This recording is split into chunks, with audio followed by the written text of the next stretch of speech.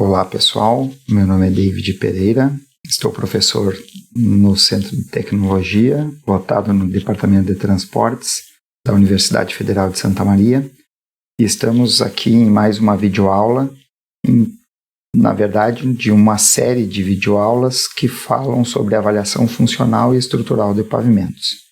E a aula do dia de hoje vai versar sobre regularidade longitudinal de pavimentos, que é um aspecto importante na disciplina de tópicos especiais em infraestrutura rodoviária do curso de Engenharia Civil da universidade.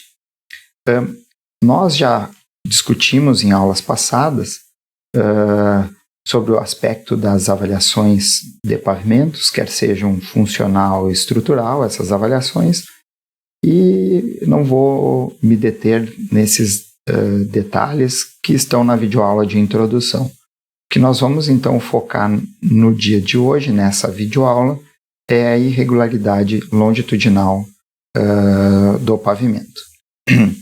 Como referências bibliográficas básicas, a gente já tem essas apontadas aqui, que vocês já viram, e na aula específica desse conteúdo de irregularidade do pavimento, existe uma série de normas do DENIT e da própria Associação Brasileira de Normas Técnicas que vocês poderão conferir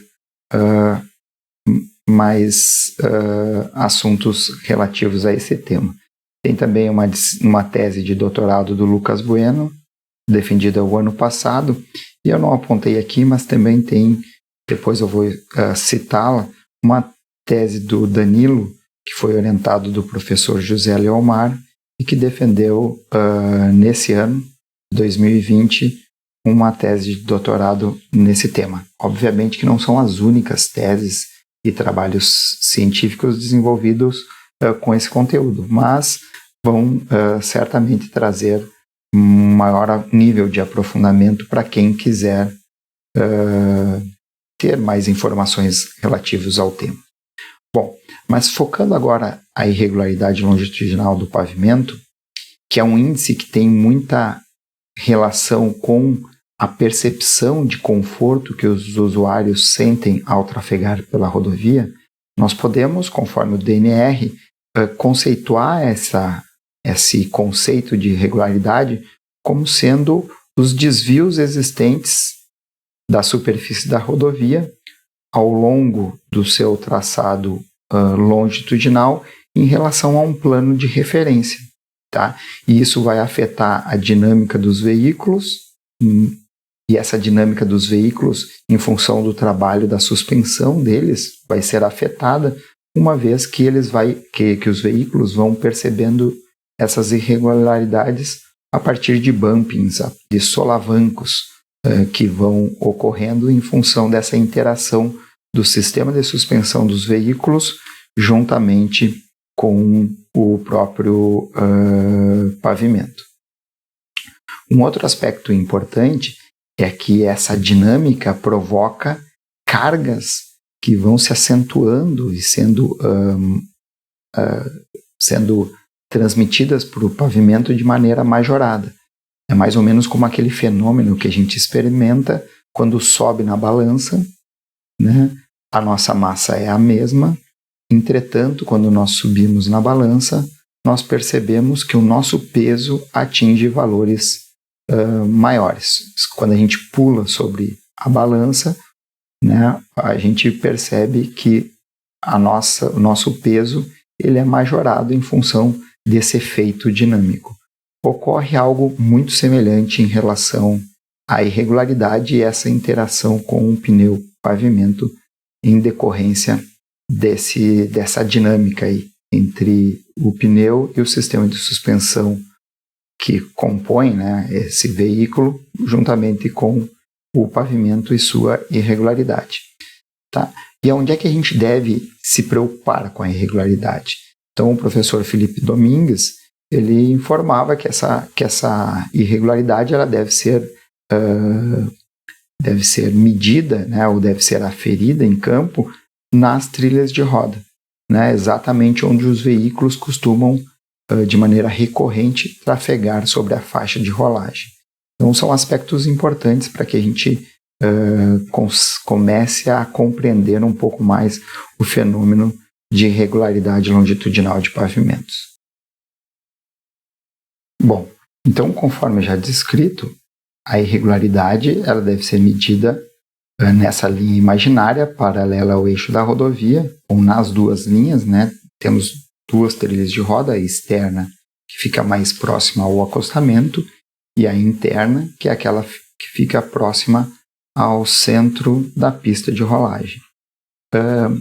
E a gente tem, então, essas interações, ou essas imperfeições, né, relacionadas a vários aspectos, que acabam gerando um processo de desconforto, ou uma sensação de desconforto para os usuários. Há também a irregularidade transversal do pavimento, como ilustra essa figura. E essa irregularidade transversal não vai ser alvo da nossa aula de hoje, mas ela traz um aspecto importante e que deve ser considerado o que a gente já viu em videoaulas passadas relativas a defeitos de superfície de pavimentos ou condições de superfície do pavimento, porque essa irregularidade transversal traz a formação de deformações plásticas ou afundamentos em trilha de roda. Então, o que nós vamos focar efetivamente são essas imperfeições no plano de rolagem do pavimento, do veículo, né, que caracterizada essa irregularidade ao longo de seu traçado longitudinal da via. É nisso que nós vamos focar nosso interesse. Bom, essas imperfeições, elas ocorrem em diferentes faixas de comprimento de onda. Então, nós vamos perceber depois, quando nós estudarmos a parte de atrito, pneu, pavimento, que essas imperfeições elas podem ter comprimentos de ondas bem baixos, menor do que 1 milímetro, né? Até a ordem de 50 milímetros, e esses dois que são configurados e conceituados como microtextura e macrotextura guardam relação direta com o coeficiente de atrito pneu-pavimento, que vai ser, conforme já dito, alvo da nossa próxima videoaula, e o que tem relação direta com a condição de conforto dos usuários, que é a irregularidade longitudinal. Nessa condição, nós trabalhamos com algo próximo a 0,5 metros ou 50 centímetros até a faixa de 50 metros de comprimento de onda. Então, é para essa condição em que nós vamos lançar na videoaula de hoje todos os conceitos e atenção no que diz respeito a essa propriedade tão importante do pavimento. Bom, nós temos na prática a irregularidade, ela pode ser medida ou aferida a partir de dois índices, que nós chamamos de quociente de regularidade, que é dado em função da contagem por quilômetro, e também do índice internacional de irregularidade, né? IRI, né? Do inglês, da abreviação do inglês, da tradução índice internacional de irregularidade, que é medido em metros por quilômetro. Mas vamos compreender de maneira um pouco mais simples, porém um pouco didática, como que se dá isso. Vamos imaginar que eu queira executar um pavimento que ligue o ponto A a um ponto B. E eu vou construir esse meu pavimento com todas as técnicas construtivas correlacionadas a essa condição. Então eu vou lá com a minha vibroacabadora, recebo o concreto asfáltico, exerço a compactação da mistura asfáltica e o que eu tenho no final dessa execução, vamos imaginar 30, 40, 50, 100 metros entre o ponto A e o ponto B, eu tenho uma superfície dessa natureza, conforme ilustrado nessa linha que vocês acabam de ver no vídeo. Bom, essa linha, certamente, ela não teve que ser dessa forma em função do relevo da via entre o ponto A e o ponto B. Nós poderíamos perfeitamente lançar uma linha ou um plano de referência ideal entre o ponto A e o ponto B. Só que isso não foi possível em função de vários aspectos relativos ao processo executivo como um todo. E nessa condição, portanto, o que a gente tem é essa linha com a sua irregularidade. E o que vem a ser, então, a irregularidade? Ora, a irregularidade seriam esses pequenos desvios que nós temos em relação a essa linha verde, alusiva a um plano de referência ideal, e o plano efetivamente possível para o pavimento, quer seja na execução do pavimento ou quer seja ainda depois, num determinado estágio de degradação do pavimento. Então, se eu conseguisse, de alguma forma, medir esses pequenos desvios que o meu traçado efetivo da rodovia tem em relação ao plano de referência e cuidando para que essa soma fosse sempre em módulo, né? Então somando esses desvios que estão para cima com esses que estão para baixo do plano de referência, né?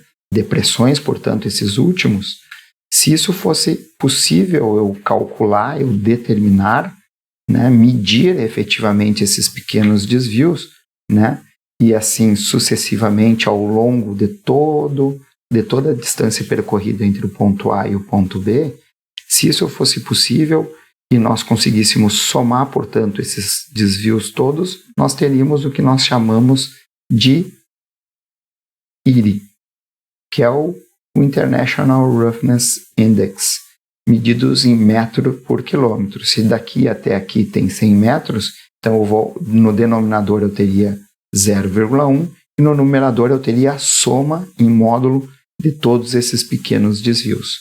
Depois isso vai ficar mais entendido, compreendido quando nós trabalharmos com os equipamentos que fazem essa aferição e eu vou voltar a comentar um pouco sobre essa figura, assim como no quociente de irregularidade, tá? Bom, de maneira geral, o quociente de irregularidade, conforme eu falei para vocês, ele corresponde não à mensuração direta, né, desses pequenos desvios, mas ele está relacionado ao trabalho mecânico do sistema de suspensão dos veículos. Então, o sistema de suspensão dos veículos, ao trafegarem por essas imperfeições, ora o sistema de suspensão se desloca para cima ou para baixo do que seria uma referência inercial dele. E esse trabalho mecânico, ora para cima, ora para baixo do sistema de suspensão, lembrando que o sistema de suspensão de um veículo é composto pelo pneu, pelas molas e pelos amortecedores, esse sistema de suspensão, se eu tiver uma forma de medir esse trabalho, que pode ser positivo ou negativo em relação a um plano de referência inicial, né? Eu consigo então determinar quantas vezes em uma determinada distância percorrida pelo veículo ele vai se deslocar acima de uma faixa que é considerada neutra.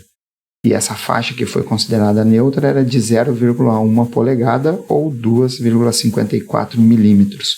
Toda vez que o sistema de suspensão do veículo trabalhou para cima ou para baixo mais do que 0,1 polegadas, isso iria incorrer a uma contagem. Eu vou somando essas contagens ao longo de uma determinada distância e, consequentemente, então eu terei qual é a minha irregularidade do pavimento assumida a partir desse quociente de irregularidade.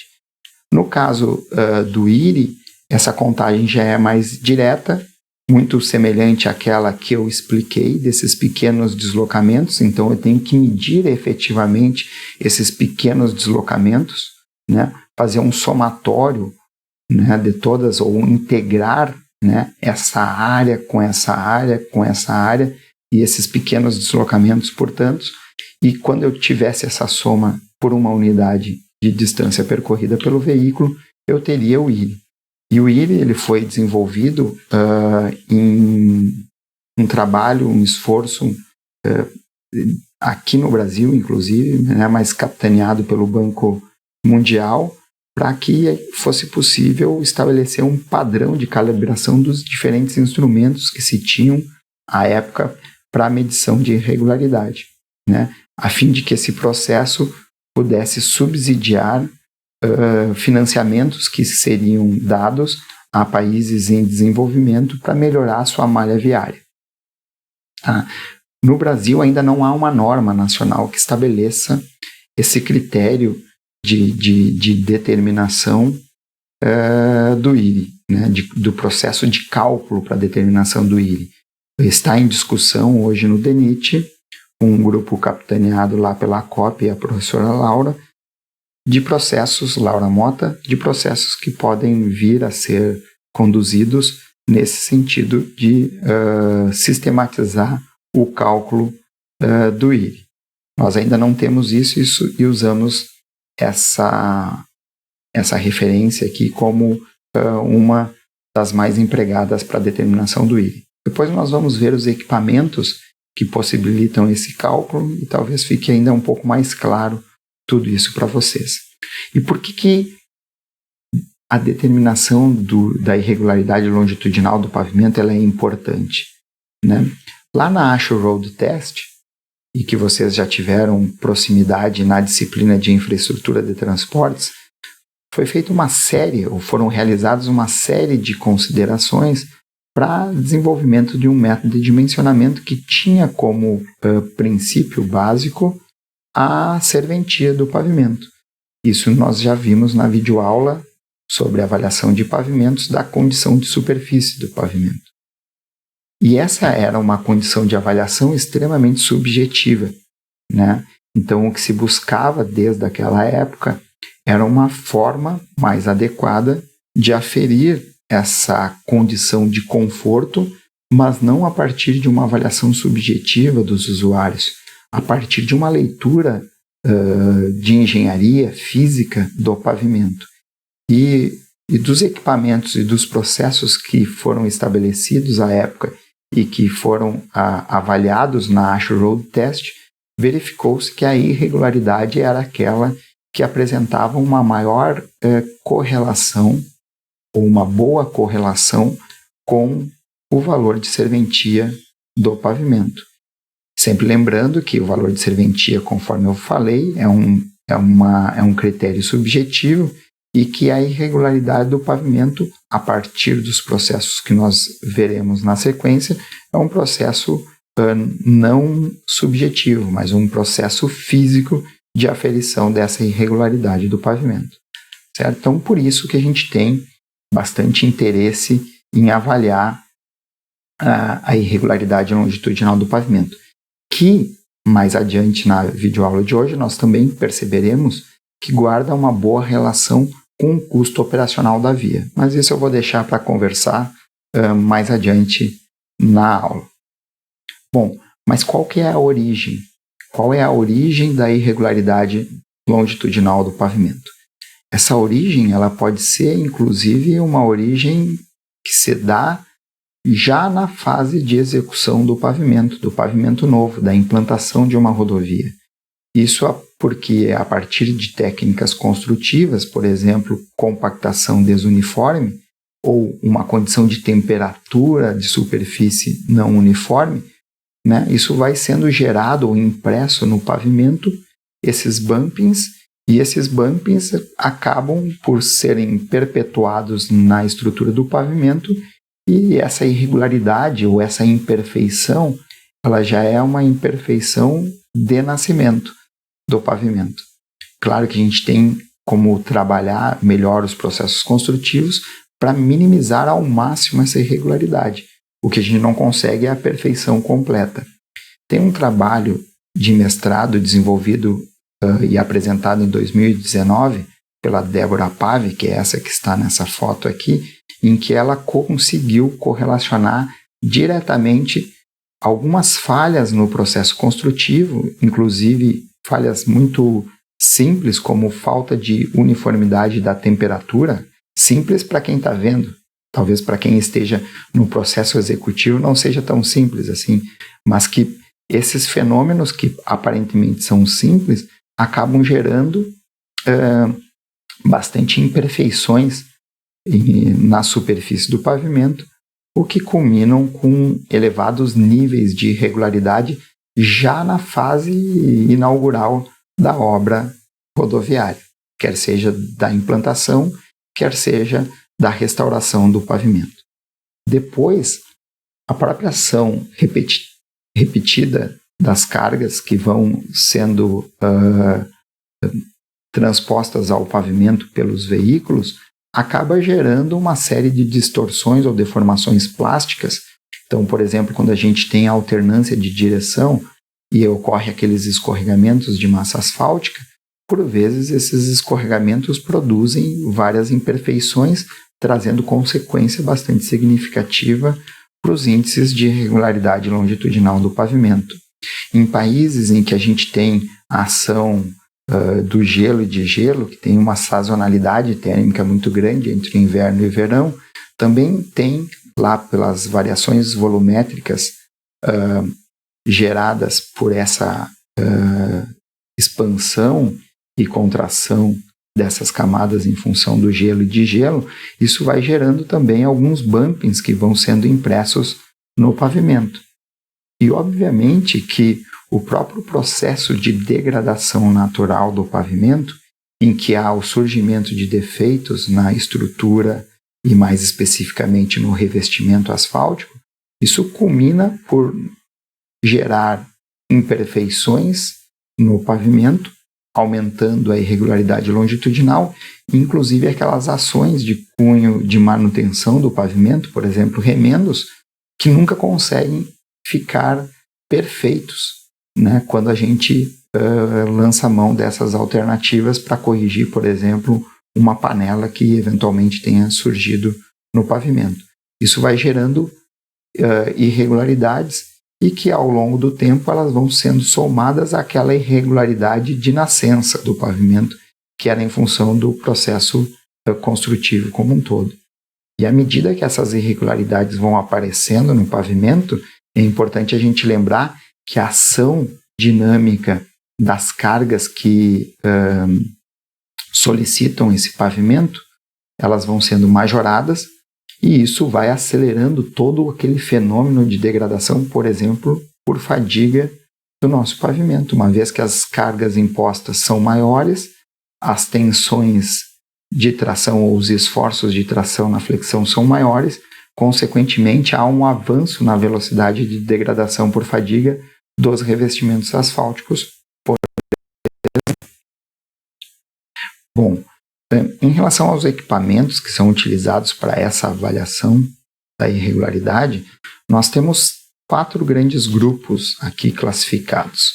Nós temos os sistemas de medidas diretas do perfil, sistemas baseados nas reações dos veículos, é o que a gente chama de sistemas tipo resposta, sistemas de medida com sonda sem contato, é onde nós vamos enquadrar nosso perfilômetro laser, e nós temos os sistemas de medidas indiretas do perfil.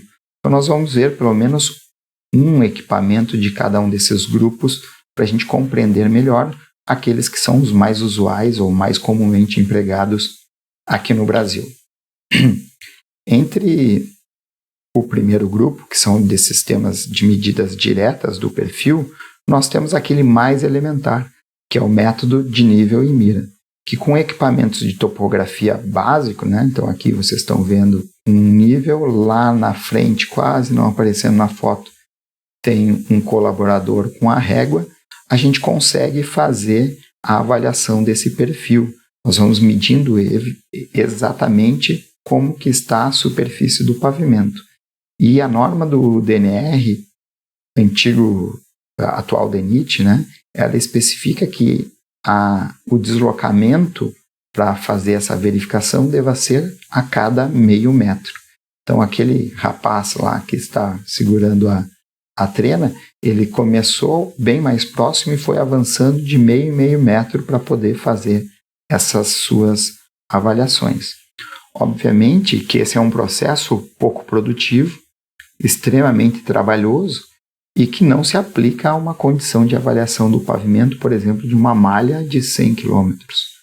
O que nós temos que fazer nessa condição, basicamente e que nós aplicamos essa metodologia, melhor falando, é para um ambiente mais específico, com uma distância menor, né, em que a gente queira desenvolver alguma pesquisa científica ou auxiliar no desenvolvimento de equipamentos mais modernos com maior capacidade produtiva em termos de avaliação da irregularidade do pavimento. Então, a gente concentra essa sua aplicação do nível IMIRA só para aspectos muito pontuais ou de desenvolvimento tecnológico ou de desenvolvimento de pesquisa em uma área não tão grande assim. É inviável querer avaliar um pavimento com 100 km de extensão a partir dessa sistemática de nível IMIRA. O dipstick, que é esse equipamento aqui, ele tem duas sapatas que estão distantes aproximadamente 30 centímetros e ele tem sensores e na medida em que eu vou percorrendo e fazendo o deslocamento de um pé em relação ao outro, então eu vou caminhando com esse equipamento, sempre deixando um pé fixo e fazendo um movimento de 180 graus e assim sucessivamente, ele é capaz de aferir, né, tanto as imperfeições desse pavimento em relação a um plano de referência, esse plano tomado com 30 centímetros, é a distância entre um ponto e outro. Então ele já vai congregando e fazendo suas medidas em relação a essa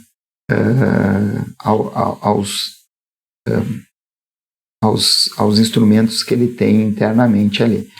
O importante é que esse dipstick ele também não é usual para uma condição de grandes extensões de vias a serem avaliadas. Então, a sua aplicação também concentra-se no desenvolvimento de novas tecnologias em um ambiente mais acadêmico, científico, ou em áreas diminutas, como, por exemplo, em pavimentos industriais, em que possa ser empregado com maior facilidade. Geralmente, ele é usado em pavimentos de concreto, em pavimentos industriais, em que tem como concepção as placas de concreto, né, estruturais, né. Um outro sistema é um sistema que é utilizado a partir da reação do sistema de suspensão dos veículos em relação à sua interação com o pavimento. Então, basicamente, a gente não consegue medir diretamente a irregularidade do pavimento. O que nós conseguimos aferir, sim, é como esse sistema de suspensão ele interage com a irregularidade do pavimento. E de que forma? Bom, essa é a forma mais ou menos que eu demonstrei, eu tentei explicar quando estava falando do QI. Então vamos imaginar que a gente tem aqui um sistema, o veículo parado. Quando o veículo está parado, eu tenho uma certa distância entre o centro do eixo e vou botar aqui um ponto de referência na carenagem, na carroceria do veículo. Na medida em que esse veículo se desloca sobre uma via, e essa via não é perfeita, essa distância vai ora aumentando, ora diminuindo em função do trabalho do sistema de suspensão ou do reflexo do trabalho desse sistema de suspensão frente à irregularidade que o pavimento vai apresentando. É um sistema que eles chamam de quarto de roda, certo? Quarto de carro. Então, em função desse sistema, a gente vai tendo esses deslocamentos. Todas as vezes que esse deslocamento supera a faixa neutra, que é de 0,1 polegada ou 2,54 milímetros, ele iria acusar uma contagem. Então, se eu consigo fazer essa integração de todas essas contagens ao longo de uma determinada distância percorrida, eu tenho, então, o que nós chamamos de QI, né? Qual é o grande problema desse sistema? Esse sistema, primeiro que ele foi desenvolvido inicialmente lá na década de 1920, né? E esse sistema ele não mede efetivamente a irregularidade do pavimento. mas o comportamento do sistema de suspensão do veículo frente àquela irregularidade. Então, vamos imaginar uma condição em que eu tenha o mesmo pavimento sendo percorrido pelo mesmo veículo, porém com velocidades diferentes. Obviamente que essa interação do veículo com o pavimento em velocidades diferentes vai gerar um trabalho do sistema de suspensão também diferente. Então eu vou ter no mesmo trecho, trafegando com o mesmo veículo, porém com velocidades diferentes, QIs ou contagens, QI, né, quociente de irregularidade diferente. Então esse quociente de irregularidade ou essa forma de aferir a irregularidade é uma forma indireta, é do tipo resposta do veículo. Então não é muito interessante sob o ponto de vista de engenharia, uma vez que se eu alterar a velocidade do veículo, eu altero o valor do resultado que eu tenho. Outro ponto, se eu inflar mais ou menos o pneu, e o pneu faz parte do sistema de suspensão, eu vou ter para o mesmo veículo, para a mesma velocidade, trafegando no mesmo pavimento, condições de irregularidades também distintas. Se eu tenho 2 operadores ou 3 operadores no interior do veículo, cujo peso é diferente, essa interação do veículo e do sistema de suspensão com o mesmo pavimento, né, com a mesma condição de irregularidade do pavimento no mesmo trecho, eu também vou ter uma condição completamente distinta do que seria a aferição da irregularidade do pavimento. Então vejam que tudo isso foi gerando uma série de complicadores de tal sorte que hoje a gente tenta não usar esses sistemas do tipo resposta, porque para condições diferentes o mesmo pavimento vai ser avaliado de maneira diferente. E o que a gente quer é aferir diretamente ou de maneira objetiva essas imperfeições do perfil do pavimento propriamente dito. Bom, foi então que, com o avanço da tecnologia, se buscou um sistema de medidas com sonda sem contato, em que pode empregar, por exemplo, sistemas ultrassônicos, óticos, e o que é mais atual, sistema laser, que é capaz de medir a distância de um determinado ponto a outro sem nenhum tipo de contato, o que permite que os veículos trafeguem com uma velocidade relativamente grande, dependendo da capacidade que o nosso sistema tem de adquirir e capturar e processar essas informações. E isso acaba trazendo uma série de benefícios sob o ponto de vista de avaliação do pavimento lá no campo, porque esses veículos, dependendo do tipo de sistema que eu for empregar, e eu já vou mostrar com um pouquinho mais de detalhes isso para vocês, ele pode ser usado na velocidade da via. Então os veículos eles trafegam sem necessidade de um comboio de apoio, certo? Porque eles vão trafegar na velocidade da via. Se a via é 80 km por hora, ele pode trafegar a 80 km por hora, o que me gera também uma produtividade bastante interessante. Comparem uma velocidade de 80 km por hora para medir o perfil do pavimento em relação ao que seria a velocidade estimada de avaliação do pavimento a partir do nível em mira. Então é absurdamente superior. Eu tenho também uma maior rapidez, né, consequente da maior produtividade, menor interferência do tráfego. Imaginem vias que eu tenha quase um nível de saturação e eu ter que interromper o tráfego nessa via em alguns momentos para poder fazer essas mensurações. Seria inviável. Então a gente tem uma condição também favorável. E a partir desses perfis é possível o cálculo do I, né? E se eu tiver mais de um sensor, conforme vocês vão ver logo na sequência, eu posso medir, além da irregularidade longitudinal do pavimento, eu posso também medir a irregularidade transversal do pavimento. E essa irregularidade transversal nada mais é do que o afundamento em trilha de roda, certo? E um outro ponto interessante que os sistemas do tipo resposta não nos permitiam é que eu consigo localizar exatamente aqueles pontos em que eu tenha algum pico de irregularidade, para que, no caso de necessidade de intervenção, eu consiga restringir essa minha intervenção se ela tiver como objeto simplesmente reduzir a irregularidade do pavimento em trechos menores, de tal sorte que eu consiga, então, ter uma economia e uma maior efetividade na minha intervenção corretiva da irregularidade do pavimento. O que eu não posso fazer é trafegar com velocidades baixas, e a gente estipula aqui nos equipamentos que a Universidade Federal de Santa Maria tem, no equipamento dela, com velocidades inferiores a 30 km por hora, conforme o próprio fabricante nos instruiu. Isso tem a ver com uma série de filtros e condicionantes necessários ao processamento do IRI posterior à aquisição de dados lá no campo. Então, de maneira geral, como é que funciona esse sistema de medição? Vamos focar nossa atenção àqueles que utilizam o sistema laser de medida. Bom, o sistema laser de medida, se vocês já viram aquelas trenas laser ou trenas eletrônicas que chamam, né? Ela tem uma luz laser aqui que é emitida, bate num determinado anteparo e retorna.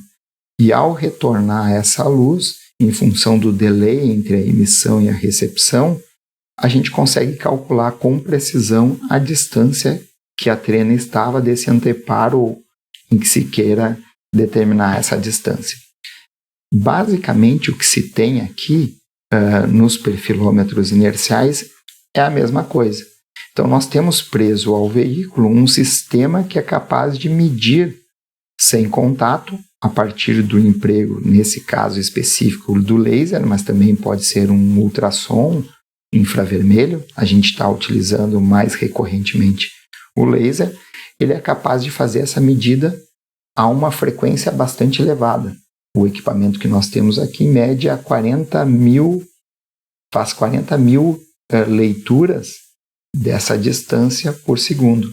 É de 40 kHz, certo? Bom, qual é o grande problema de fazer isso?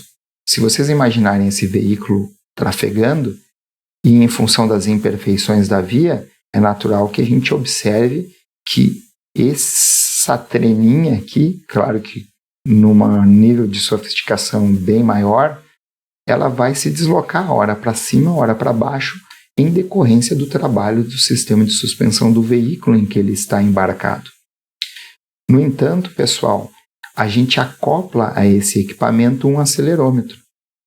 E esse acelerômetro é capaz de compensar esse trabalho do sistema de suspensão, que hora vai para cima, hora vai para baixo, e quando eu compenso essa distância, o que me resta basicamente é a distância que eu tenho desse nível de referência, que é o plano onde o equipamento estava e foi montado e foi configurado inicialmente, em relação ao pavimento. Então, basicamente, o que eu consigo fazer é demonstrar essas imperfeições que o meu pavimento tem. É isso que me traz o IRI, certo? Então, acho que fica melhor se a gente entender isso a partir de alguns vídeos e algumas ilustrações que eu trago aqui para vocês. Se eu tiver só um desses equipamentos, eu consigo medir a irregularidade longitudinal do pavimento nesse ponto, certo? Mas eu tenho que ter, eu não posso esquecer, acoplado a esse sistema de medida sem contato, um acelerômetro. Então, essa aceleração, que ora pode ser para cima, ora pode ser para baixo, se eu integrar ela duas vezes, eu chego a esse deslocamento num determinado instante. E esse deslocamento nesse determinado instante, eu vou compensar em função da leitura da distância que eu estava fazendo. Então, eu sei, em relação a um plano de referência inicial, o quanto que o meu pavimento está distante. Se eu acoplar esse sistema, certo? Com um acelerômetro, a um dispositivo com 3 ou 5 sensores de medidas, eu consigo, além de medir o afundamento em trilha de roda, eu consigo a irregularidade, eu consigo também determinar a irregularidade, o afundamento em trilha de roda.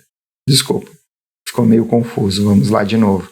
Se eu tiver, então, mais do que 3 a 5 sensores, eu vou conseguir avaliar, além da irregularidade longitudinal, que nesse caso dessa desse equipamento que nós temos, que é um perfilômetro inercial da Cibermétrica, que é chamado de Ciberlaser, né, que foi adquirido pelo grupo de pesquisa e pela UFSM a partir de um termo de cooperação entre a ANP Petrobras e a universidade. Nós conseguimos, então, com esse equipamento, com esse perfilômetro laser, medir os afundamentos em trilha de roda em comunhão, digamos, à determinação da irregularidade longitudinal do pavimento. Como é que isso é possível, portanto? Então, nós temos nesse sensor que fica inclinado e nesse sensor que fica inclinado, e ele fica inclinado aqui só para poder pegar o ponto mais próximo da trilha da parte externa do pavimento, então a borda externa do pavimento, e esse aqui da borda interna da faixa de rolagem, que seria junto ao eixo, por isso que ele está inclinado. Vocês vão ver um vídeo em que aparece um outro sistema que não trabalha com esse plano inclinado aqui. No entanto, essa barra tinha que se estender a mais do que o alinhamento lateral do veículo, o que geraria algumas condições de insegurança ao realizar esses ensaios. Então, esse equipamento aqui e esse equipamento aqui, eles têm acoplado a eles esses acelerômetros, além do dispositivo de medida de distância, sem contato. Esses outros 3 equipamentos que estão aqui, eles têm só o dispositivo de medida sem contato, só o sensor laser. Bom, quando eu faço essa medida próxima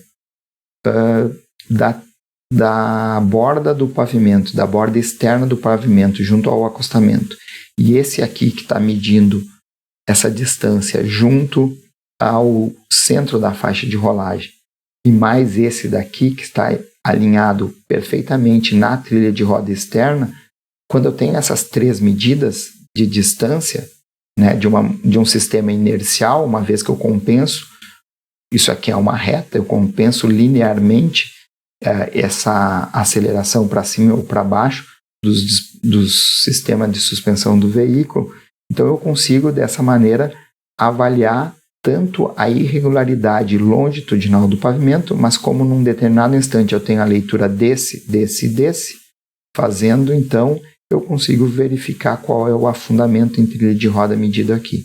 Da mesma forma acontece em conjunto desse equipamento central e esses que estão próximos à lateral interna do veículo, certo?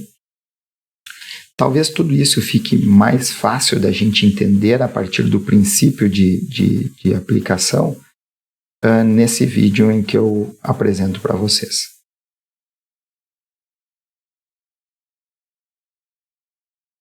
Esse é um vídeo que está no YouTube, então vocês podem ter acesso a partir desse caminho aqui.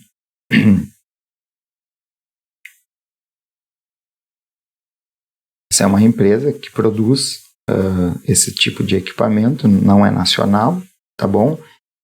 Uma coisa importante que ele coloca aqui é que esses dispositivos, e não é diferente com o nosso equipamento, ele tem um sistema que mede com precisão a distância percorrida pelo veículo. E essa distância percorrida está vinculada ou atrelada a um estaqueamento da via. Consequentemente, a gente consegue, com bastante exatidão, compreender aonde, ou entender e verificar onde é que nós temos os problemas de irregularidade, mais os picos de irregularidade do pavimento.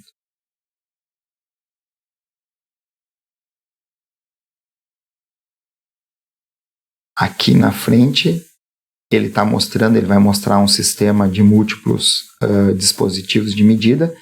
Num primeiro momento, há potencial emprego desses dispositivos a laser de alta potência para verificar também o que acontece em termos de irregularidade microscópica do pavimento. Microscópica não é o caso, mas a questão da irregularidade da macro e microtextura. E isso é importante para o atrito pneu-pavimento. Observe. Então, em função de uma varredura ele consegue, com um laser de alta potência, ir varrendo o arranjo que eu tenho superficial da mistura asfáltica, por exemplo, e isso vai me dar luz ou vazão a compreender melhor o que acontece em termos de superfície, de textura superficial do pavimento, que não é o que nos interessa para irregularidade. Para irregularidade, nós estamos nos preocupando com aqueles comprimentos de onda de 50 centímetros a 50 metros, conforme eu mencionei no início da aula. Agora ele vai mostrar aqui, num videozinho importante, como ele vai compensando junto com o acelerômetro, que antes não tinha. Agora ele vai mostrar o acelerômetro e como que ele vai compensar essas medidas a partir da introdução de um acelerômetro. Observem aí. Olha lá, na medida em que eu vou tendo essa aceleração, isso aqui está mostrando o trabalho do acelerômetro, né? Ele é capaz de medir efetivamente a irregularidade do pavimento. O que faz o sistema do acelerômetro mexer é justamente a interação do sistema de suspensão do veículo com a superfície do pavimento. Vou voltar mais uma vez para que fique mais claro esse trabalho sem a minha interrupção. Vamos lá agora. Quando eu concebo com um sistema de acelerômetro, o veículo vai interagindo, só que essa interação, esse sistema de suspensão, a movimentação de suspensão, ela é compensada pela presença do acelerômetro. Na medida em que eu coloco três sensores, ele consegue medir, ou 5 sensores, o afundamento em trilha de roda externo e o interno. E eu posso ainda ir multiplicando e botando um número bem maior de sensores, fazendo quase que como se fosse uma escanerização, uma varredura de toda a faixa de rolagem, tendo ainda com maior exatidão essas imperfeições transversais do pavimento, né? Que é isso que ele está mostrando aqui.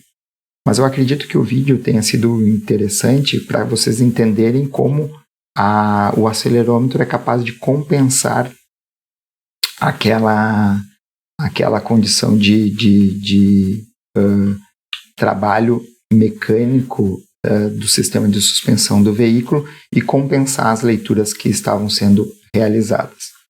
Tem um outro vídeo aqui para mostrar para vocês em que eu mostro a primeira vez que foi realizado um levantamento de irregularidade longitudinal no pavimento numa concessionária de rodovias em que eu trabalhava, que é a Ecosul, lá em Pelotas, no trecho da BR-116 entre Pelotas e Camaquã. E esse levantamento foi feito em parceria com a Pavecis, que é uma empresa de consultoria que faz bastante levantamentos e avaliações de pavimento, junto com a Cibermétrica, quem produziu esse equipamento. Observem, naquela época, os levantamentos ainda deveriam ser à noite, porque os dispositivos de medida laser de alta potência eram mais caros, o que não permitiam, então, realizar esse levantamento durante o dia, porque a reflexão da luz ficava muito difusa e perdia precisão na avaliação do pavimento. E um outro ponto importante é que não se tinha o uso daquele dispositivo ou de 2 medidores inclinados, fato que demandava a abertura de uma régua onde era acoplado os 5 sensores, indo muito mais, indo além das limitações, né, laterais do veículo em que ele vinha embarcado. Então, observem aqui o que acontecia. Então, o que eles faziam? Eles regulavam cada um dos sensores com o veículo parado, faziam uma série de ajustes, né, em que eles tinham essa distância inercial conhecida. Um outro detalhe de ajuste que eles faziam era posicionar esses sensores para que esse sensor aqui e esse sensor aqui ficasse exatamente na trilha de roda da via que eles iriam avaliar. Então, eles previamente iam até a via e mais ou menos posicionavam esses sensores para coincidir depois de trafegando pela via com as trilhas de roda, essa aqui interna, essa trilha de roda externa. Então aqui eles estão fazendo todo o ajuste do sistema. Tá? Então dá bem para ver os pontinhos, né? Esses pontinhos é onde o laser está fazendo a sua medida de distância. Por que é inercial? Porque a gente vai trabalhar através desses acelerômetros e compensar o deslocamento dessa barra aqui para cima e para baixo, em função dessa aceleração. E depois, nessa época, como era a primeira vez que se utilizava esse equipamento, a Polícia Rodoviária Federal exigiu da concessionária um grupo de veículos batedores, né? Até porque a barra era mais larga. Então, vamos ver como é que fica isso na prática.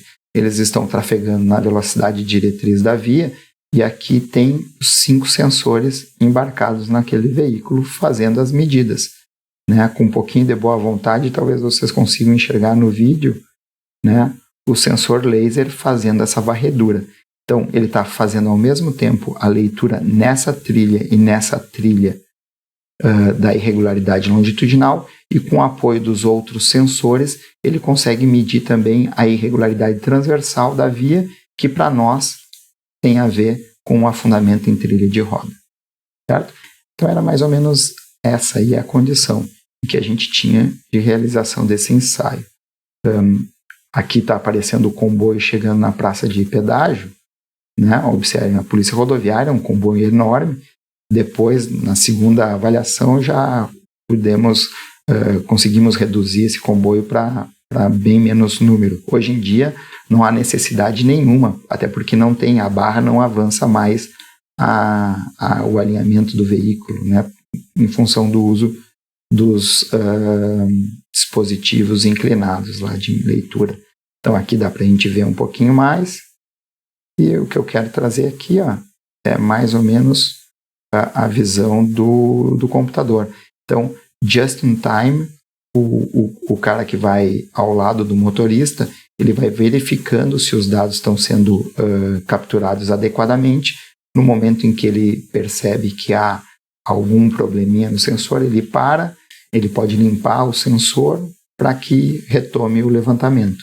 E ele também vai mostrando ou indicando para o sistema, que vai fazer o pós-processamento dessas informações, a quilometragem que ele está, e amarrando essa quilometragem com algum dispositivo físico, quer seja um marco quilométrico da rodovia, um viaduto, uma ponte, algum marco importante, ele vai fazendo essas correlações, essas vinculações, para depois ficar mais fácil de interpretar esses resultados. Bom, em relação ao perfilômetro, né, acredito que seja isso que a gente tinha de interessante a ser repassado. Obviamente que o custo de um perfilômetro é bem maior do que o sistema de medição com nível e mira, e que também é maior daqueles sistemas do tipo resposta, certo? Existe também um equipamento que foi desenvolvido e que a gente chama de Merlin, né, que são as iniciais aqui, uma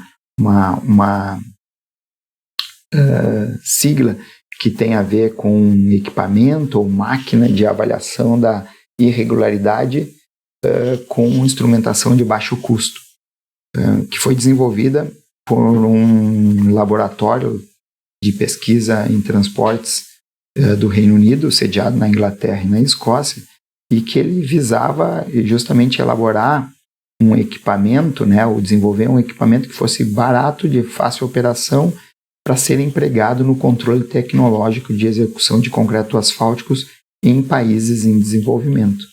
E até hoje, muitas vezes se vê o emprego desse equipamento lá no campo.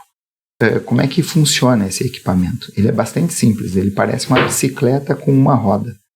Ele basicamente tem aqui 3 pontos de apoio, esse ponto de apoio que está vinculado à roda, esse ponto que é um ponto fixo, né, que permite o apoio do Merlin, e esse ponto de apoio aqui que é oscilante, ele está vinculado a essa estrutura aqui, ele é rotulado, na medida, aqui eu tenho um plano de referência bastante liso, né? Perfeito. Se eu tiver uma condição de irregularidade, vamos imaginar um alteamento aqui em relação a esse ponto e esse ponto, uma observação importante é que esse ponto está distante 1,80 m desse.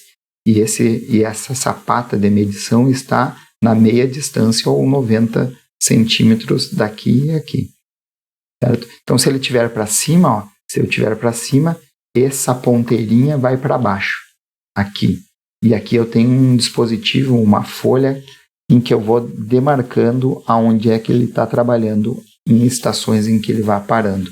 Se for um afundamento aqui, né, uma depressão, esse patinho aqui vai para baixo e esse braço ele sobe, certo? Uma coisa interessante é que eu vou fazendo essas leituras da onde esse patinho parou a cada volta completa dessa roda. Então tem uma marca aqui e eu vou fazendo isso. Com isso eu consigo avaliar a irregularidade do pavimento, não de maneira direta, com uma leitura do perfil, mas indireta, por isso que ele se enquadra no grupo que a gente coloca aqui de medição indireta do perfil, certo? E um outro detalhe importante é que eu só consigo fazer as avaliações dessa forma, dando uma revolução completa na roda, agrupando então essa irregularidade em 400 metros. Então eu consigo verificar qual é a irregularidade do pavimento de 400 em 400 metros. Sob o ponto de vista de execução, às vezes isso é ruim, porque me impede de eu ter com maior precisão onde eu tenho esses picos de irregularidade do pavimento, uma vez que esse equipamento se presta a realizarmos o controle tecnológico de execução de concreto asfáltico. Numa eventual necessidade da empreiteira ter que refazer o serviço, ela vai ter que refazer quase que nos 400 metros. Então, o ideal é que a gente possa trabalhar, e a Débora Pave, na sua dissertação de mestrado, trabalhou com esse equipamento associado ao perfilômetro inercial a laser, só que ela subdividiu a roda em 4 partes. Então, ela fazia, ao invés de uma leitura numa revolução inteira, ela fazia uma leitura a cada quarto de revolução. Com isso, ela conseguiu diminuir esse espaçamento e obter dados e informações de 100 metros da irregularidade do pavimento, o que é bem diferente em termos do perfilômetro, que a gente consegue, se quiser, de 10 em 10 metros, a gente tem a leitura de irregularidade do pavimento daqueles 10 metros que foram avaliados. Tá? Então, aqui está onde fica essa tabelinha aqui, essa pranchetinha. Então, ele vai anotando aqui o que está acontecendo e depois calcula lá por um procedimento todo bem delineado metodologicamente como aferir a irregularidade do pavimento. Bom, estamos nos encaminhando para o final dessa videoaula, mas a gente precisa ainda trazer para vocês a potencialidade, né? Quais são os empregos potenciais da irregularidade longitudinal, por que é importante a gente ter isso, ter uma avaliação da irregularidade do pavimento, né? Bom, primeiro porque a gente quer alimentar um banco de dados que vão auxiliar os gestores na sua decisão de intervenção ou não no pavimento. Onde, quando, quanto e como, né? No âmbito público ou privado. Então, as próprias concessões rodoviárias também se utilizam bastante gerencialmente desses dados. Ele também, a irregularidade, é um aspecto importante para a fiscalização, tanto do cumprimento de contratos de execução de serviços relativos à pavimentação, então, por exemplo, concreto asfáltico. Em alguns países, quanto melhor é a irregularidade posterior à execução da obra, existem fatores, pay factors, fatores de pagamento, que podem inclusive majorar o valor a ser recebido pelo empreiteiro que conseguiu construir a rodovia ou um determinado trecho com excelência em termos de regularidade do pavimento. E também ele serve para fiscalizar a operação da concessão rodoviária. Dentro dos programas de exploração de rodovias das concessões, tem parâmetros máximos a que as concessões se comprometem a ofertar para os usuários em termos de regularidade. Então, sempre que a irregularidade estiver acima de um determinado limite, há necessidade por parte da concessão e o compromisso formalizado a partir da assinatura de seus contratos, delas efetivarem uma alternativa capaz de reduzir para os parâmetros limites ou abaixo dos valores limites de irregularidade do pavimento. Isso tudo auxilia também, obviamente, a determinação do tipo de intervenção de manutenção necessária. Se eu tenho pequenas irregularidades, talvez a intervenção possa ser menos pesada do que no caso de irregularidades maiores, mas isso contempla essa avaliação de irregularidade longitudinal, o rol de levantamentos que vão nos auxiliar a sermos mais assertivos na indicação de intervenção do pavimento. Um outro aspecto fundamental da irregularidade longitudinal do pavimento, que não tem a ver somente com o conforto do pavimento, conforme eu já falei e disse que iria explicar melhor agora, guarda a relação direta desse índice de irregularidade, não só com a serventia do pavimento, mas com os custos operacionais da via, quer sejam esses custos de manutenção veicular ou de consumo de combustível. Associados a esse consumo de combustível, também a gente pode avaliar a emissão de gases poluentes. Então, tudo isso está diretamente associado à condição de conforto dos nossos pavimentos e que são aferidos de uma maneira objetiva a partir da determinação do quociente de irregularidade, mas principalmente do IRI, do Índice Internacional de Irregularidade, o IRI, certo? Voltando aos nossos índices, né? As nossas unidades de medida da irregularidade, que pode ser contagem por quilômetro, mas preferencialmente Índice Internacional de Irregularidade. Obviamente, se a gente tivesse mais tempo e estivesse estudando em nível de pós-graduação, nós iríamos um pouco mais a fundo de como determinar esses índices. Aí a diferença básica na sua determinação. Mas, em linhas gerais, o que a gente deve procurar sempre é trabalhar com os índices internacionais de irregularidade.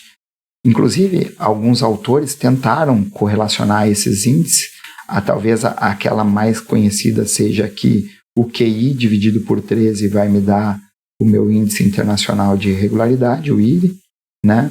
Então, o Manual de Restauração do DENIT coloca esses QIs já calculados e transformados em IRI a partir dessa equação de Peterson, de 1987, com 13. Então, 13 dividido por 13 dá 1, 25 dividido por 13 dá 1,9. Então, se eu tiver a irregularidade do pavimento entre 1 e 1,9 metros por quilômetro, esse pavimento vai ser considerado ou conceituado como ótimo, em termos de irregularidade. Se eu tiver um valor entre 2,7 e 3,5, ele vai ser conceituado como regular, e acima de 4,6 ele vai ser conceituado como péssimo. Entretanto, pessoal, no que diz respeito a essas correlações, observem aqui eu coloquei 4 correlações diferentes, de 4 pesquisadores diferentes. Então, elas são muito simplistas, uma vez que cada tipo de unidade aqui, ou tipo de determinação da irregularidade, ele demanda processos que são bem distintos uns dos outros, conforme eu tentei, de maneira bastante simplificada, mostrar a todos vocês, certo? Então, o ideal é que a gente não use isso e que a gente trabalhe, e a tendência aqui no Brasil é que a gente passe a trabalhar mais especificamente com o IRI, Índice Internacional de Irregularidade, da sigla em inglês, né? Outro aspecto importante é que essas faixas de IRI também determinam limites de velocidades, ou o contrário, né? Por exemplo, pistas de aeroportos, né, e autoestradas em que a gente tem velocidades altas, O ideal é que a gente tenha pequenas imperfeições só, com íris mais baixos do que aquelas vias em que eu tenho velocidades maiores. Quanto menor a velocidade, maior pode ser a permissão em termos de regularidade do pavimento, né? Então, se eu tiver uma via não pavimentada, uma estrada não pavimentada, esse meu IRI pode ser entre 8 e 16 metros por quilômetro. E isso vocês já devem ter sentido toda vez que vocês trafegaram numa via não pavimentada, né? O índice de irregularidade é muito maior do que numa via pavimentada. Claro que excetuando-se aquelas vias pavimentadas, mas com um nível de deterioração do pavimento bastante acentuado. Então, o professor Balbo, ele coloca no livro dele, de 97, uma tabelinha que correlaciona os limites de IRI e como que é a sensação de conforto a uma dada velocidade. Por exemplo, entre 0 e 4 o IRI, metros por quilômetro, o rolamento é confortável a uma velocidade de 120 km por hora. Na medida que eu tenho a 8 e 10, esse conforto já passa, essa sensação de conforto, a uma velocidade entre 50 e 60 km por hora, né? E o que representa isso e o que gera esse tipo de irregularidade é a presença de defeitos graves na superfície do pavimento, como depressões, remendos e outros tipos de defeitos associados a essa condição. Um aspecto importante que a gente deve considerar é que nem sempre, e isso foi algo que para mim, logo nos primeiros levantamentos, me chamou a atenção, é que nem sempre vias que apresentam grande afundamento em trilha de roda apresentam grandes irregularidades. Até porque lá na cava, lá no fundo desses sulcos de trilha de roda, por vezes o revestimento já está consolidado e nós já temos uma condição mais adequada de tráfego nesse fundo de trilha e gerando então baixas irregularidades. Obviamente, se essa irregularidade for transversal, né, se a gente tiver, por exemplo, um cruzamento em que eu tenha um afundamento em trilha de roda nesse cruzamento transversal, isso a gente pode observar em algumas interseções de trechos urbanos, por onde na direção transversal a que a gente está trafegando tem muito fluxo de veículos pesados, como ônibus, a gente vai perceber nessa condição específica que a trilha de roda do fluxo transversal, ou da via transversal a que a gente está trafegando, gera, obviamente, bastante irregularidade. Bom, e as aplicações práticas desses índices também a gente precisa levar em consideração. Então, o manual de execução de concreto asfáltico, né, a especificação de serviço de concreto asfáltico, DENIT 031 de 2006, ela determina que entre outros critérios de aceitação da camada asfáltica executada, que nós tenhamos um IRI inferior ou igual a 2,7 metros por quilômetro. Né? 2,7 metros por quilômetro, só para a gente lembrar, é o caso de limite entre o revestimento apresentar uma condição de rolagem entre boa e regular. Né? Então, ele está entre esse limite aqui, entre bom e regular. Isso, então, eu executei meu pavimento, eu sou um empreiteiro, quero receber pelo serviço, além de todos os outros aspectos de controle tecnológico tendo que ser estabelecidos, eu tenho que ofertar um IRI inferior a 2,7 metros por quilômetro. A ANTT, por exemplo, a Agência Nacional de Transportes Terrestres, ela, em seus contratos firmados com as concessões, ela determina alguns limites de irregularidade.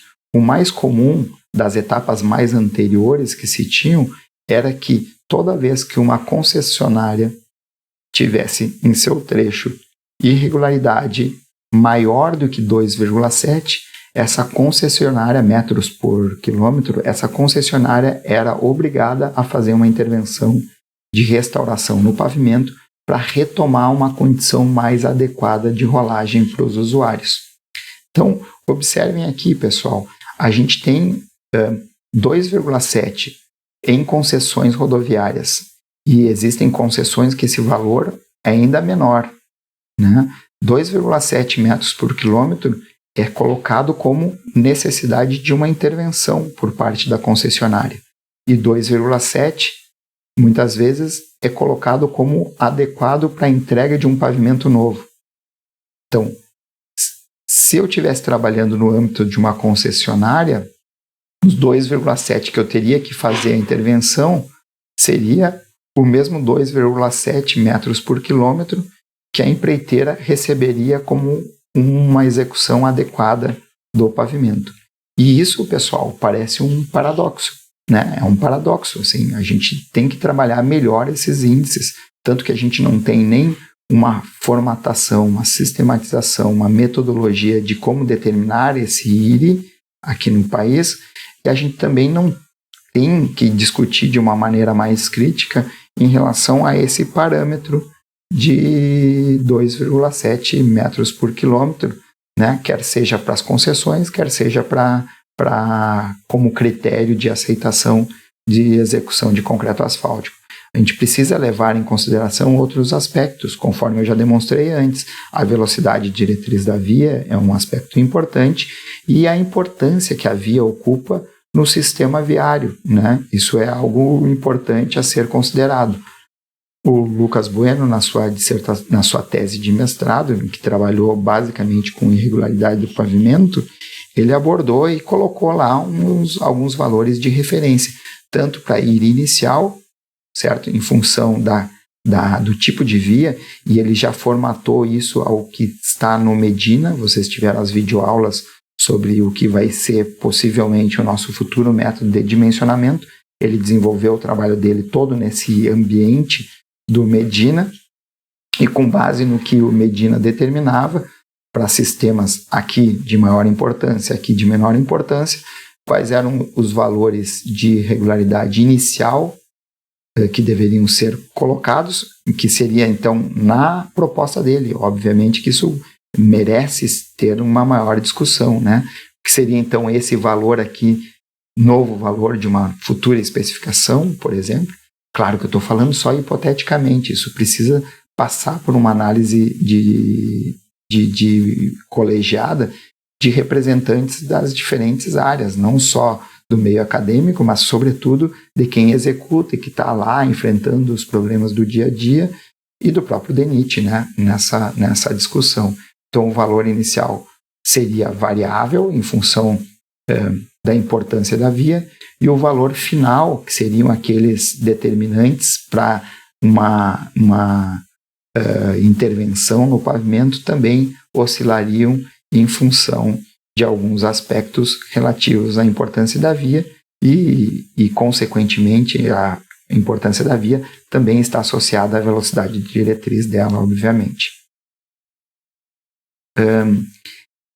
O aspecto dos custos operacionais é extremamente importante. Então, vamos imaginar, isso aqui é uma pesquisa da CNT, a gente já está se encaminhando para o final dessa videoaula, em que ela comparou o custo operacional demandado em relação à manutenção veicular, a consumo de combustíveis, de uma via que tinha uma condição ótima, um pavimento ótimo. Então, a gente pode também interpretar como, em termos de regularidade, a gente teria isso como apontado ótimo, e à medida em que a gente vai passando para bom, regular, ruim e péssimo, esse custo operacional vai aumentando, de tal sorte que, se a gente tiver uma rodovia em estado péssimo, ele majora o que é o custo inicial lá para a condição ótima em 91,5%, numa condição regular em 41%. Isso tudo é muito importante e traz outro aspecto fundamental e que demanda uma análise melhor e uma aferição melhor desse importante índice que é o IRI, ou a condição de irregularidade do pavimento. O Lucas Bueno, que eu citei agora há pouco, ele também fez no seu estudo uma avaliação do que seria previsto e esperado em termos de comportamento da irregularidade dos custos associados aos usuários se nós tivéssemos uma condição como essa aqui em azul, em que o pavimento ao longo de 15 anos ele não iria sofrer nenhum tipo de intervenção. E o que aconteceria caso nós tivéssemos sempre um gatilho em que, quando chegasse a 2,7 o IRI, ele recebesse uma fresagem, uma capa de nova camada asfáltica e assim voltando para 1,8. E daí ele começa a crescer novamente até que chega a 2,7, recebe a intervenção e passa a 1,8. Então, se eu conseguisse limitar a minha irregularidade do pavimento entre 2,7 e 1,8, a partir dessas intervenções, para o usuário, e olhando apenas o custo para o usuário, com manutenção veicular, com consumo de combustíveis, com desgaste de pneus, nós teríamos uma economia ao cabo desses 15 anos de 22%. O bolso do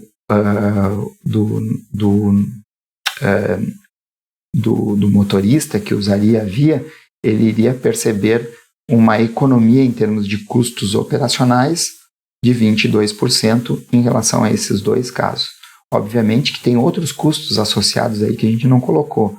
Por um lado, o custo de se fazer essa intervenção, mas ele também provou, e a gente pode utilizar alguns softwares, conforme eu vou mostrar logo na sequência, que os custos, muitas vezes, a ordem de grandeza do custo necessário por parte, por exemplo, do governo em fazer essas intervenções que garantam a manutenção entre esses dois limites, 2,7 e 1,8 metros por quilômetro, esse custo para o governo é um custo bem mais baixo do que o custo total englobado o número de veículos que trafegam na rodovia, né?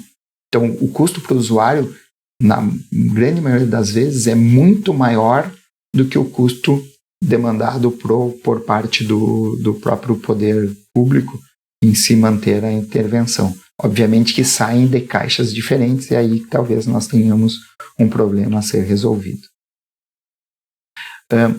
Existe um software que baliza todas essas análises econômicas, que é o HDM4, e que fundamenta basicamente todos os seus modelos, por exemplo, de consumo de combustível, de consumo de pneus, de manutenção veicular em função da irregularidade da via. É assim que ele associa e congrega o quanto o pavimento interfere em termos de custos para os usuários. E esse software, muitas vezes, ele é demandado, ele é obrigado, uma análise econômica é obrigada a ser realizada por todo o ente público, por exemplo, que peça algum financiamento, por exemplo, no Banco Mundial, para fazer intervenções na sua malha viária. Porque o Banco Mundial, ou essas agências de desenvolvimento e que emprestam dinheiro a juro para desenvolvimento dessas estratégias e estabelecimento de uma condição melhor de malha viária, eles querem saber o que vai acontecer com aquele recurso que será aplicado, que será emprestado e que será aplicado na malha viária em termos de economia global. Assim, global eu digo daqueles que circularão pela rodovia. E isso passa muito do reflexo, do quanto a gente está investindo na malha viária e quanto que o usuário está tendo como retorno.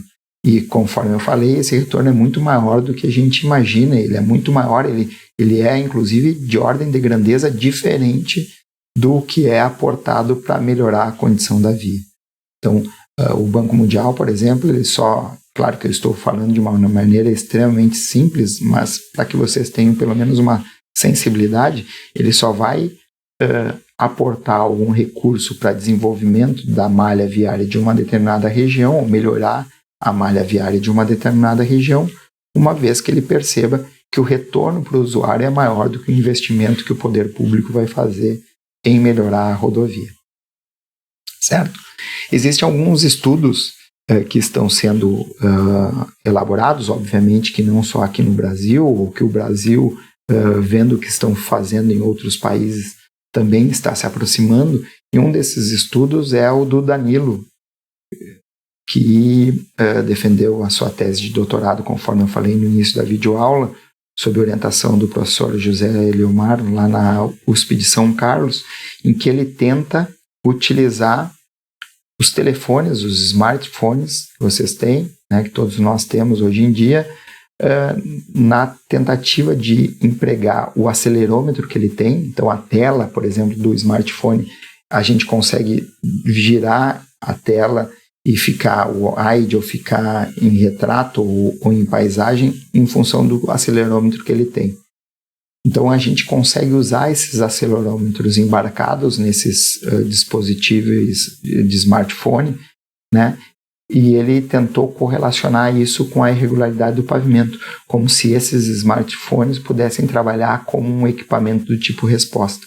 Inclusive, ele veio aqui para Santa Maria, junto ao grupo de pesquisas, de estudos e pesquisas em pavimentação e segurança viária, o GEPASV, e a gente fez uma série de avaliações junto com ele, com um perfilômetro, né, e embarcado no perfilômetro esses smartphones, para ver qual é a correlação que se tinha entre a aceleração e as medidas indiretas de regularidade que ele obtinha a partir dali e a medida direta com o perfilômetro. O trabalho ficou bastante interessante, eu indico a todos vocês. E voltando ao Lucas Bueno, ele também desenvolveu um modelo de previsão de irregularidade, só que um modelo diferente. Por exemplo, aquele modelo, os modelos de previsão de irregularidade e depois que correlacionam essa irregularidade com aspectos de custos, foram desenvolvidos de maneira empírica e que estão embutidos no HDM, são todos eles de maneira empírica. Então, e que demandariam uma calibração prévia por parte do órgão que iria utilizar o HDM. O que o Lucas fez, e essa foi a beleza do trabalho dele, foi que ele conseguiu fazer uma correlação entre a irregularidade do pavimento e o dano que esse pavimento vai sofrendo ao longo do tempo. A partir, então, de observações de campo que ele tinha nas pistas experimentais, tanto aqui da UFSM e da COP no Rio de Janeiro, que ele utilizou para poder calibrar, né? Então, essa linha em preto aqui, vocês observam como que foi se dando ao longo do tempo, em meses, a irregularidade de um determinado trecho do pavimento, certo? Foi aferido isso de maneira recorrente, e ele desenvolveu um modelo que não é simplesmente empírico, é um modelo mecanicista. Então, a partir da análise de esforços gerados pelo tráfego, que gera uma danificação no pavimento, e vocês já viram isso lá nas videoaulas relativas à mecânica de pavimentos. Então, a partir daquele dano provocado pelo tráfego na estrutura do pavimento, mais especificamente ao revestimento, e associado a esses dados empíricos, desenvolver esses modelos, que são esses que estão sobrepostos aqui em vermelho, ó, que dão bastante semelhança, né, ou colimam as duas retas bem próximas à do observado lá no campo. Então, e essa é a grande dificuldade que se tinha e que alguns apostavam que ele não conseguiria fazer. Ele conseguiu efetivamente desenvolver um modelo empírico que analisa o dano no pavimento de maneira mecanicista com algo que tem a ver mais no dia a dia do pavimento, que é a irregularidade do pavimento por parte dos usuários que são leigos, que é um índice que tem a ver com conforto e também com a condição de custo demandado por quem trafega nessa rodovia. E isso foi tudo desenvolvido com plataformas que podem conversar com o novo Medina, de tal sorte que hoje é possível a gente dimensionar, se ele fosse efetivado o Medina como método de dimensionamento, prevendo como critério de ruptura a degradação por fadiga do pavimento e, eventualmente, também a degradação por deformação permanente em trilho de roda, há a perspectiva de que, num futuro, a gente também possa associar como um mecanismo de ruptura do pavimento a irregularidade. E assim a gente estaria atrelando ao dimensionamento aspectos muito importantes, quer seja para o conforto do usuário, mas sobretudo em termos de custos operacionais nesse dimensionamento. Com isso nós teríamos uma ferramenta bastante interessante e obviamente toda ela calibrada e aferida para as condições nacionais, o que não quer dizer que outras ferramentas no mundo não sejam capazes de fazer, mas nós teríamos uma ferramenta capaz de fazer todas essas avaliações para uma condição particular do Brasil e que poderia ainda, de uma maneira não tão difícil assim, e esse é o esforço em rede da própria Petrobras, a ANP, com a rede de tecnologia em asfalto, em fazer calibrações regionais para esses modelos, quer seja de deformação permanente, de fadiga, mas também em termos de regularidade num futuro talvez não tão distante. Bom, pessoal, acho que vocês estão cansados, essa foi uma videoaula meio extensa, o assunto é bastante extenso e talvez demande que vocês reprisem essa videoaula, mas eu me coloco à disposição e peço e agradeço, sobretudo, a atenção de vocês. Se tiverem alguma dúvida, não hesitem em me procurar. Espero encontrá-los para uma próxima videoaula, não tão extensa, mas nos próximos dias nós retornaremos a outros assuntos relativos à avaliação, tanto funcional quanto estrutural do pavimento. Bom, um grande abraço, fiquem bem e fiquem saudáveis.